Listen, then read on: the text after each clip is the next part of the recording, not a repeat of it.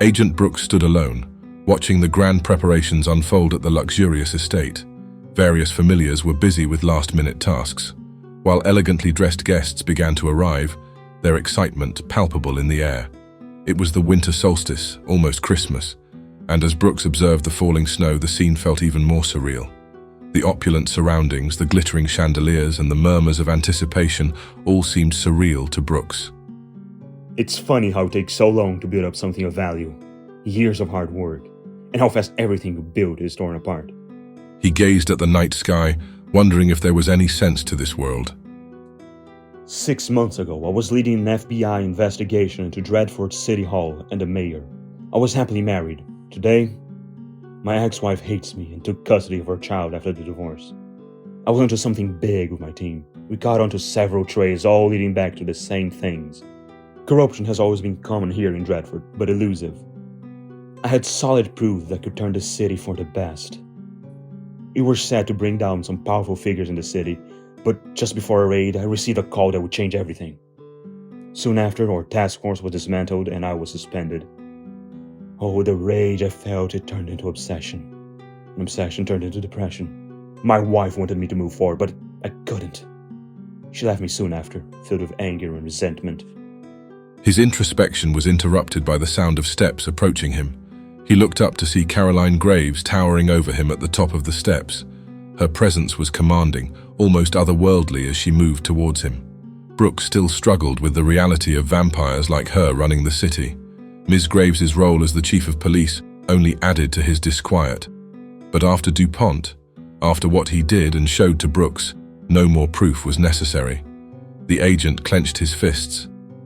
Agent Brooks, tonight is the beginning of something new for you. Do not succumb to fear. Everything will change, but if you act smart, you'll find your place in this world. She handed him a mask, a gesture meant to reassure as she put on her own. Brooks hesitated for a moment before following her into the grand ballroom, his discomfort palpable. In a city ruled by darkness and deceit, you have to become part of the shadows to find out the truth. But as I walked up the steps, I felt as if I was descending into the abyss. Remember, trust no one. Everyone here has their own agenda.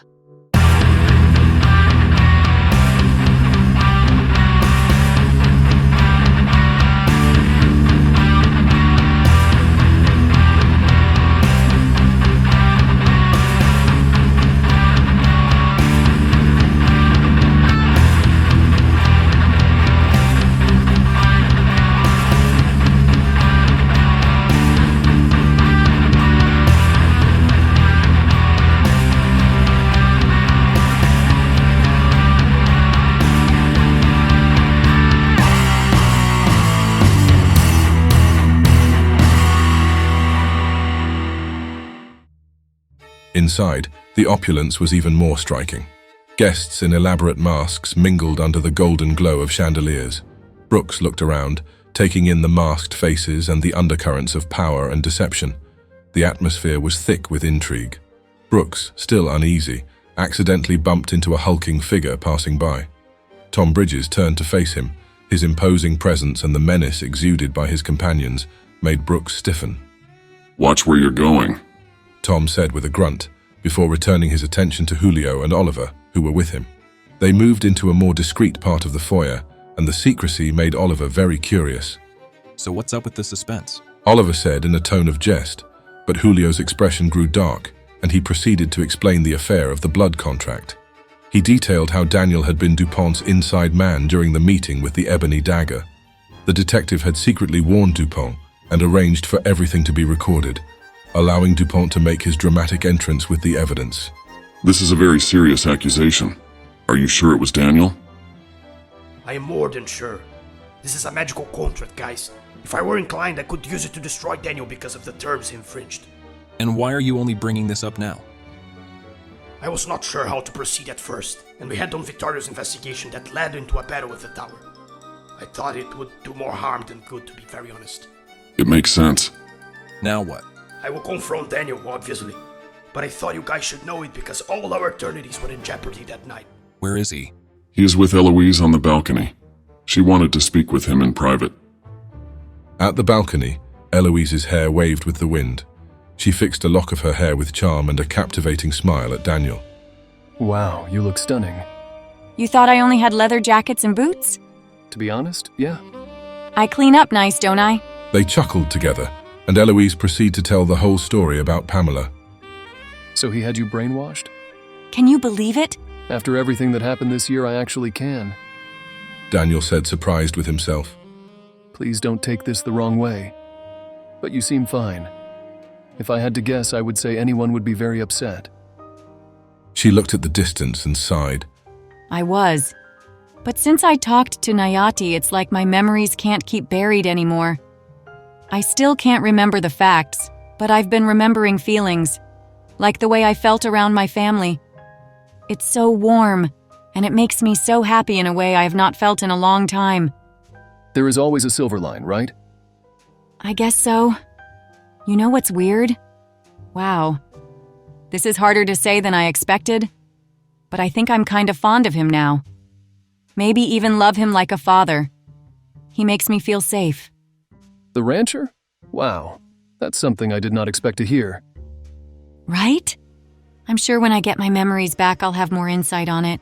And how is this going to be moving forward? Should we call you Eloise? Pamela? I am Pamela. And every time I say this or someone calls me by my real name, it's like it makes the brainwashing weaker. I want to be called by my real name, Pamela McCoy. Okay, Pamela. May I offer you something to drink on this illustrious night? You may, Mr. Reed, but you should kiss me first, before my father gets here. Daniel smiled and leaned forward, very charming, as he softly fixed Pamela's hair by putting it on the back of her ear and gently holding her face. Pamela closed her eyes and leaned in as well, softly touching her lips on his. Not far from there, Jennifer stood in the VIP space while she overlooked the grand ballroom below. Music filled the air and the guests moved gracefully across the floor. Their laughter and conversation blended seamlessly with the melody. Beside her, Jacob Holloway observed the scene with a discerning eye. Some of the mortals down there will become food, others familiars. Most of them will return to their lives, blissfully unaware of how close they were to death. But one of the mortals present in this ball will be selected to become one of us. Jennifer nodded and turned, giving her full attention to Holloway. He was the Duke of House Dracul, and she was his familiar, his right hand. Once she was one of the best lawyers at his firm before he brought her into this shadowed world. This tradition started after the Great Betrayal. The ball is a commemoration of the victory of the King's Court over the Tower and the Betrayer, ensuring our domain over the city. Every 3 balls, one mortal who attends the celebration is chosen to become Nosferatu. He paused and turned to face Jennifer directly. Tonight, I want to bring you into the blood. Her heart skipped a beat, elation washing over her. Mr. Holloway, I don't know what to say. Don't. This is something I've wanted for a long time. Van Arden had managed to secure this ball spot for a woman named Christina, but she is not present and he had to withdraw her application. Now the spot is open and I will make it ours. I'm ready. I know. You served me faithfully, Jennifer. Never questioned, never failed. I need someone like you at my side in times like this. Enjoy this moment. Tonight you will become part of something eternal. Jennifer found herself drawn further into the atmosphere of the ball. The grandeur, the elegance and the hidden danger of it all swirled around her. She knew that after tonight everything would change. She would no longer be merely a familiar, a bloodsack, as many Nosferatu said in a derogatory manner, but a true member of House Dracul and a child of the Duke himself. The prospect thrilled her, filling her with a sense of purpose and belonging she had never known before. This opportunity was hers because she deserved it. No more laundry duty for Jennifer. Forever. She glanced over at another VIP space where Van Arden was playing chess with the rancher, a match that had been going on for decades, only played during the balls. The sight of it added to the surreal quality of the night, emphasizing the timeless nature of their world. Both Nosferatu were fully absorbed within their game. Each move was made with the utmost caution, following lengthy periods of intense calculation. The silence between them filled with unspoken tension and deep strategy. Van Arden, however, was visibly distressed by Christina's situation. He had secured the votes for her right to blood, but she had vanished and was not found in time to attend the ball. Pierre Dupont approached them. Messieurs, what a great night. Rancher, I'm busy deciding my next move. The rancher interrupted without taking his eyes off the board. Dupont sighed and waited, visibly bored. Finally, after what felt like an eternity, the rancher moved his knight to capture a pawn and then turned his attention to Dupont. What do you want? The Strix gestured for the Volkos to walk with him. May we speak in private? The rancher grunted and excused himself from the game. The two Nosferatu left Van Arden deep in thought, analyzing his next move. As they walked through the backstage corridors away from the ball, Dupont began to speak. I want House Volkos' vote for today's right to blood to go to Caroline's candidate. I know that you promised to vote for Van Arden, but his candidate is not present. The rancher stopped and turned to face Dupont. Why should I do that for you? The Frenchman's eyes narrowed. You screwed me over with Yelena, but this you are going to give me. Otherwise, I'll make your life very difficult. Very difficult. The rancher remained silent, his gaze steady on Dupont as the Strix vented his frustration. When he was finished, the rancher spoke calmly. I can vote for Caroline's candidate, but you'll have to do something in return. Eloise is about to do something stupid that could get her destroyed. I want you and Caroline to vote against her destruction. I need both of you to guarantee it. Dupont considered the proposal for a moment before nodding. Agreed, mon ami. A sly smile spread across his face as he turned to leave, satisfaction evident in his posture. Holloway won't get away with that buffoonery at the library. Dupont muttered to himself as he walked away, plotting his next move. The rancher watched him go, his expression thoughtful. The game Nosferatu played extended far beyond the chessboard. It encompassed the intricate and dangerous politics of their kind. He returned to Van Arden, who was still deeply engrossed in the game. After some time, he made his next move with the usual deliberate care. The night was young, and the real games had only just begun. In another balcony nearby, Yelena looked into the distance with a wine glass filled with blood in her hand, and sighed. The guilt of what happened to Amanda weighed heavily in her conscience. Holloway approached her cautiously. Her expression immediately darkened as she noticed him, clearly not pleased. I want the right to blood at tonight's ball to go to Jennifer. Yelena's face was one of surprise. What do you think you are doing coming to me with this request? The Duke of House Strix is my imbecilic brother. Holloway remained calm. There are more House Strix supporters of yours than DuPont's here tonight. I made sure of it. You could ask for a decision of the House to empower you to deliver the will of House Strix instead of allowing DuPont to cast his vote. Then, it would be you who chooses for whom the Strix vote goes. No. She said cold as steel to Holloway's surprise. He frowned and leaned closer. I saved your eternity in the library, Yelena. We both have an opponent in DuPont, the enemy of my enemy. You misunderstood the situation if you think I needed your help. I would have gotten out of there without being destroyed one way or the other. And I will never associate myself with any of you wretched council members. I would rather base in the sun than help any of you. She cut him off sharply. Before Holloway could respond, the pale man inconspicuously emerged from the shadows. Marquis Yelena, it's time for your speech. Please follow me to the private room. Yelena. Holloway called and she stopped in place, but did not turn to face him. I'll be sure to prepare that bath for you.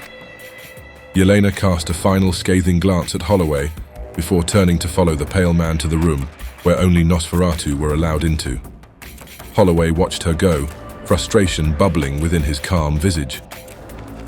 The pale man took up the stage.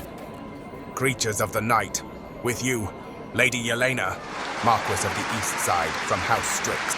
The ballroom was filled with applause. Lady Yelena took the stage wearing a slinky black dress and heels. She looked magnificent, waving to the crowd and sending kisses like a celebrity. Thank you, thank you. You're a great crowd.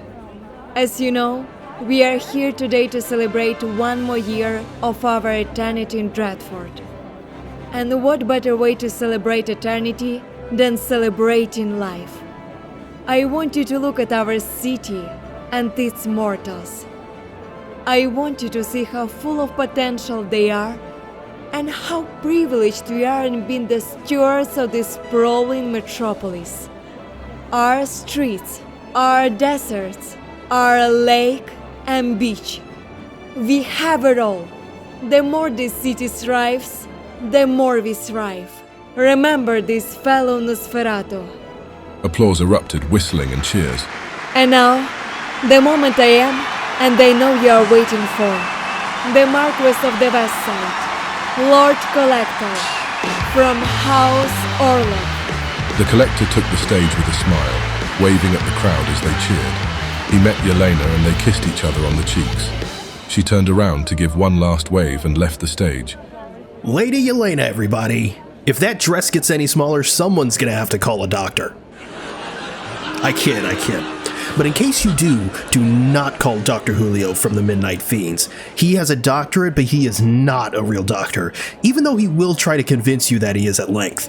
The Midnight Fiends laughed and patted Julio on the back. Holloway's here. He's a doctor too, but don't call him, or Yelena might disappear under mysterious circumstances. Holloway had an embarrassed smile on his face. You taught me so much, Holloway. You taught me about law, deontological ethics, how to get away with murder, but what you really taught me is that you don't need to live in the sewers to be a piece of shit.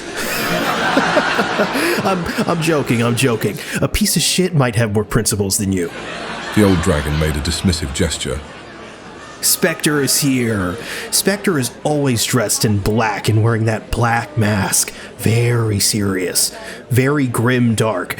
But you would be surprised to know that underneath all the evil clothes, there is a very small, pathetic, and evil man with a squeaky voice. Yes, that voice modulator is a medical tool for him to be taken seriously. In reality, he sounds a lot like a chipmunk. Greetings from Member Orlok. Tonight we will take over the city.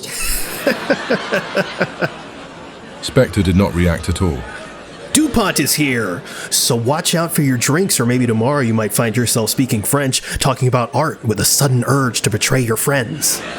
DuPont made an offensive gesture. Duchess Caroline is here.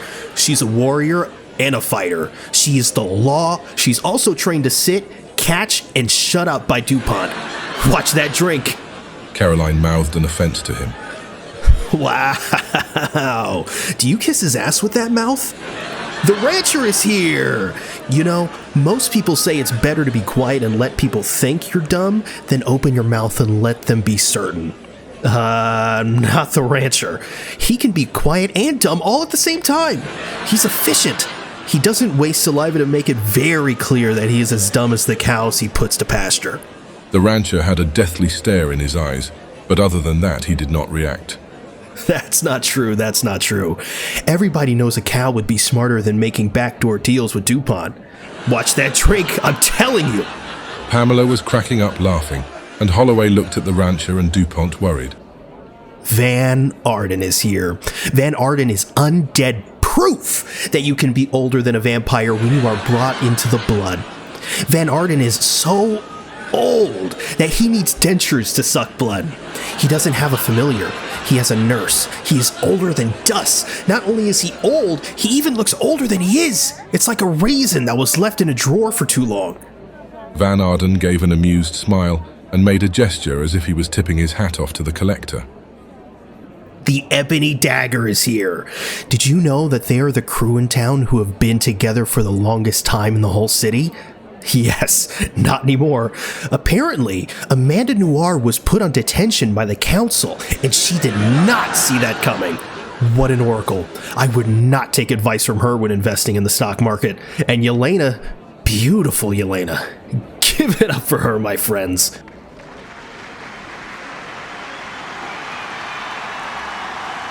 Yelena was once called the Marilyn Monroe of vampires. Yes, it's true. Give it up for her. The only difference is that instead of singing Happy Birthday, Mr. President, she would scream, The King is dead! Long live the Queen! Amanda shifted uncomfortably in her place, but Yelena stood up from her seat at the Ebony Dagger's table, waved and took a bow, making the crowd roar in thunderous applause, and DuPont seethe in anger. Talking about kings, the king is not here. Why would he? Look at this council. Your Serene Highness carriage would explode on the way and they would say it was an engine failure. It's a roast. Grow up. Talking about treacherous schemes, the betrayer is not here. Yes! How can a king trade all of his powers and privileges to align with the tower? Some say it was a three-dimensional chess move, but I think it was a three-dimensionally stupid move. Lost the crown, his eternity, and the city in one single move. He was the reverse Bob Fischer. I don't understand it either. The Midnight Fiends are here. Now that we are officially at war with the tower again, Father Michael is worried that he's the next target. Don't worry, Michael. They hate you over there, but we hate you over here too. It's very easy to hate you. You are conniving, slippery, and you have that kind of face that makes me want to punch you every time I see you. Even your son hates you. Let's hear for Daniel Reed, ladies and gentlemen. The detective that set out to destroy a vampire and become one. Next time I lose a dog, I'll give you a call like the rancher. Daniel looked embarrassed to Pamela, but she was cracking up. Finally, the man whose eternity we are here to celebrate. Don Vittorio. Vito to his close friends. What more can you say about a mobster whose boss is a police chief? That's saying something. But Vito, you know, he was that kind of guy. He had a very explosive personality. When he would come to the Masquerade ball, he was just the bomb. Many don't know this, but he considered himself Daniel Reed's godfather, and when Vito was gone, it blew Daniel's world. In a few words, if Vito was here, he would blow you away. Daniel got quite upset at that ending, but tried to keep his composure, but his companions noticed. Too soon? Too soon? Daniel nodded in agreement. You all know I'm just busting balls, my friends. I respect each and every one of you.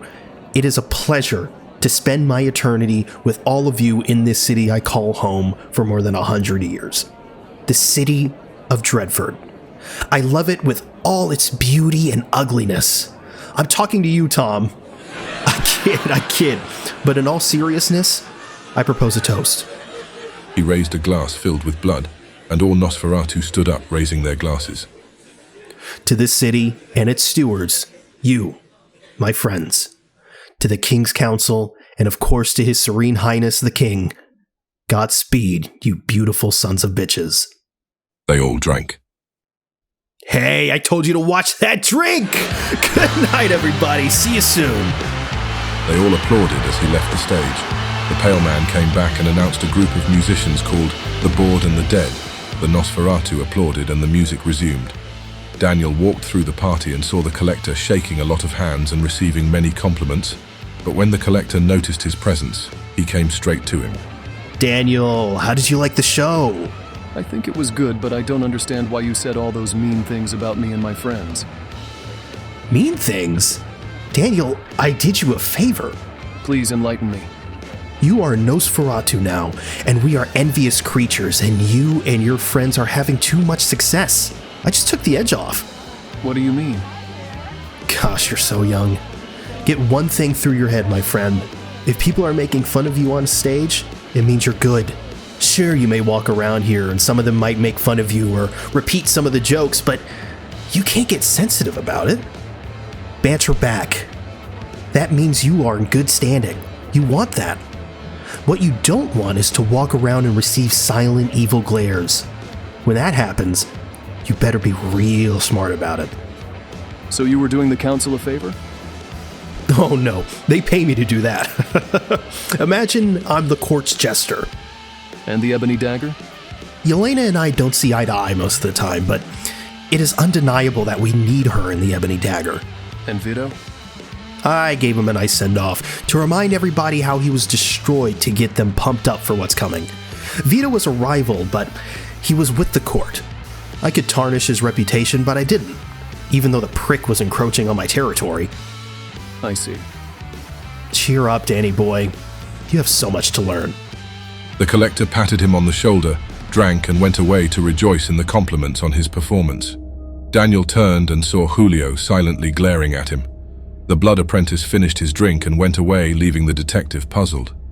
Saul, a sleazy Nosferatu of House Leviathan, approached Caroline Graves with a swagger that reeked of overconfidence and a greasy smile plastered across his face. Congratulations, Duchess Caroline. Brooks is one of the finalists for the Right to Blood at this year's ball. Quite the accomplishment. Caroline glanced at Saul with a mix of disdain and resignation. Agent Brooks, standing nearby, watched a vampire dressed in fine clothes and mask discreetly biting one of the guests. The scene was a testament to the debauchery and degeneracy that permeated the ball, the opulent surroundings contrasting sharply with the hidden predations of the vampires. I've managed to acquire some mortals as familiars here myself. Quite a good harvest this year, don't you think? Now, about Don Vittorio's domain. He had a conspiratorial look on his face. The tower destroyed him, and I believe I should inherit his territory and business. You did promise me after all. Caroline sighed, her patience wearing thin. Yes, Saul, I did say that if something happened to Vittorio, you would be next in line. But things have changed. Saul's eyes narrowed, his tone growing insistent. Changed how? I've been waiting for this opportunity. War is near. The pale man appeared beside her, his presence as cold as ever. The voting for the rights to blood is about to begin. Caroline turned to Saul, her expression resolute. This will have to wait. Excuse me. She moved towards the ballroom, where the voting was about to commence. Saul's eyes followed her, filled with a menacing intensity. Brooks and Saul locked gazes. A silent challenge passed between them. The agent turned and followed Caroline, leaving the Nosferatu standing alone, his malevolent stare burning into Brooks' back. Before she stepped onto the stage, she bumped into House Orlok's representative. Spectre, may I have a word with you before we go on stage? She pointed to a dark opening beside the stage, and he accompanied her. Of course. I know Vittorio was encroaching on part of your territory, and that was creating some friction between our houses. If I gave you half of his territory, could I persuade you to vote for Mr. Brooks? Impossible. I see. Well, are you interested at all in these territories? Certainly. Then maybe we can make a deal on something else. I'm listening. They got up the stage, and Spectre nodded his head to whatever Caroline was saying. The private room buzzed with anticipation as the guests prepared for the vote.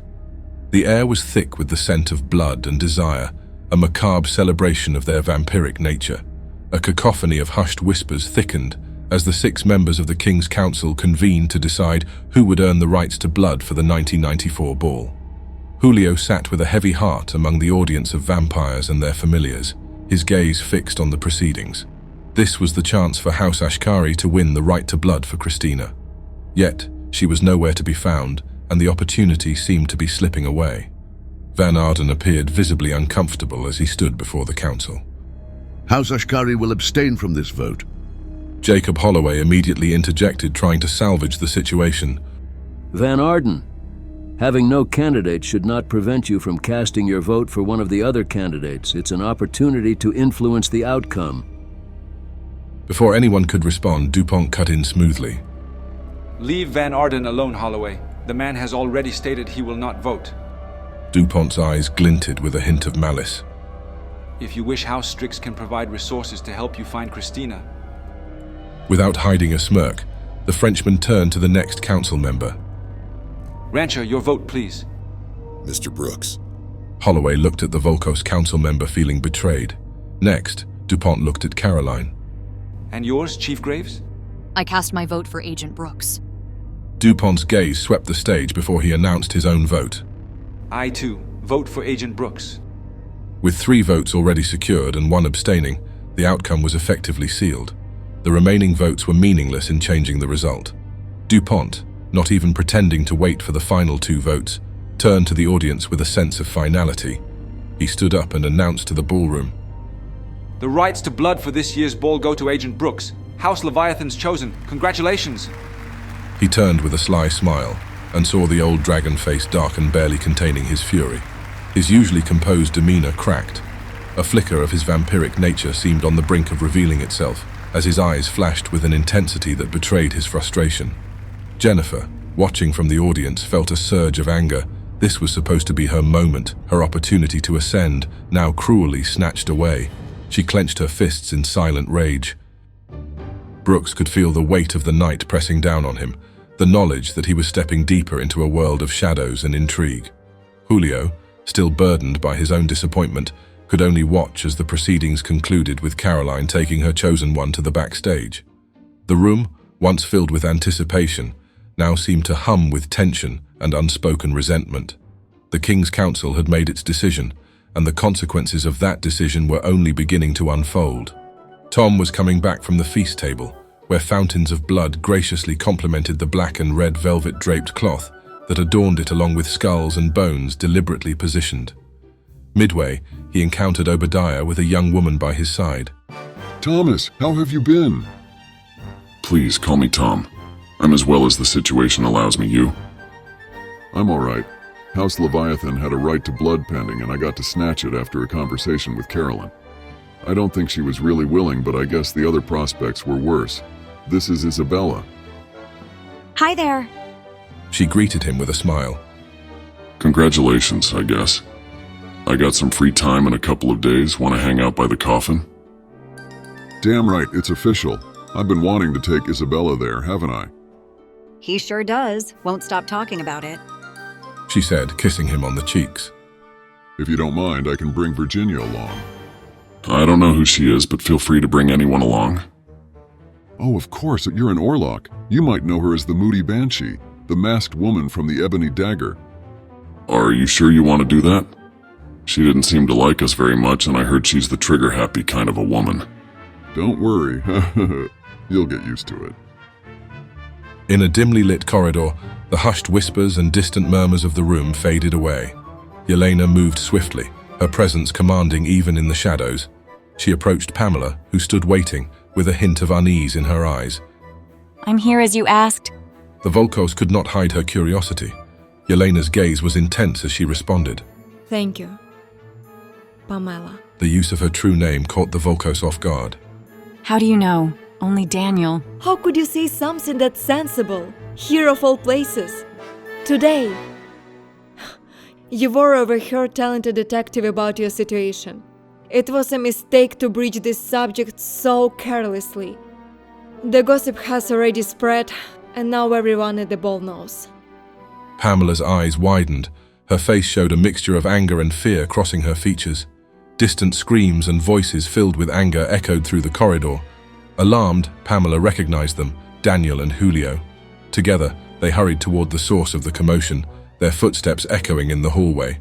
The night, which had already been filled with tension and secrets, now seemed poised on the brink of something even more dangerous. In the balcony, Julio was seething, his frustration boiling over. How could you, Daniel? How could you betray the Midnight Fiends? And worse, lie to us after all, acting like nothing happened. It was because of you that a situation in the library occurred. Christina was deeply shaken by it. Julio, we should not discuss this here. It's not smart. I've waited for this long enough. Now, thanks to you, she lost her chance at life. We are vampires, Julio. We are not alive. And she wasn't into the whole idea of drinking vampire blood or becoming one herself. Julio's eyes flashed with anger. Stop with that wordplay about vampires being alive or not. She was supposed to survive her cancer, Daniel, and because of you, she might not. House Ascari has been unable to locate her, and it's all your fault. I can help. You have helped enough, Judas. Their argument had grown loud enough to draw the attention of others. Tom, looking to defuse the situation, tried to calm them. Obadiah and Isabella right behind him. Guys, take it easy. I only know the truth because of the blood covenant you signed with Van Arden, and here I quote it. Article 2, Section 1. I, Daniel Reed, agree not to reveal secrets from inside the lodge and all its facilities to outsiders. Full stop. Do you know the spell of the covenant allows me to destroy you for your transgression, Daniel? So do it. Daniel said, dead serious. Let's not do this here. Oliver said as he arrived. Daniel worked with the Pole against his own crew. He betrayed House Ascari by informing the King's Council and bringing them to our meeting with the Ebony Dagger. Agnes could have been destroyed, and he's been lying ever since. How can we trust he won't betray us again? Is it true, Daniel? Oliver asked, but Daniel did not respond. Daniel? Tom couldn't believe it. This is not true. It can't be. Is it Daniel? Pamela asked, arriving along with Yelena. It is. He said unequivocally. Yelena stood at the periphery watching intently, while other vampires, including Dupont, Caroline, Saul, Spectre, and others began to converge, drawn by the rising tension. Even Agent Brooks was there. Julio continued, his voice steady and resolute. See, he betrayed us. He doesn't even feel remorse. Because of that, Christina lost her chance to be brought to the blood, and the city almost went down into civil war. He can't be trusted. I propose a vote to expel Daniel Reed from the Midnight Fiends. The crowd murmured as Julio cast his vote. I vote for expulsion. Daniel, how could you? Oliver said, feeling the sting of betrayal. I'm sorry, but I have to agree with Julio. I vote for expulsion. Oliver? No! Something is wrong here. I vote against it. We have to investigate this further. Tom? Pamela said with her voice unwavering. Tom could not face Daniel. The Nosferatu who helped him gave him refuge, but he was not surprised. Such is the nature of vampires. I'm sorry, but he confessed. How could you, Daniel? After everything we've been through, I trusted you. Tom, I'm sorry, I really am. I don't know what came over me. Stuff your sorries in the sack, buddy. I vote for expulsion. Daniel looked resigned, the weight of his actions coming to bear. What are you guys doing? Pamela pleaded with her crewmates. This isn't necessary. If you don't want me in the crew, I won't force the issue. Dupont's face showed a wicked smile, his satisfaction evident as he watched the unfolding drama. With Daniel's agreement, the decision was made. Julio's voice rang out clearly, filled with a mix of sorrow and determination. Daniel Reed is out of the Midnight Fiends.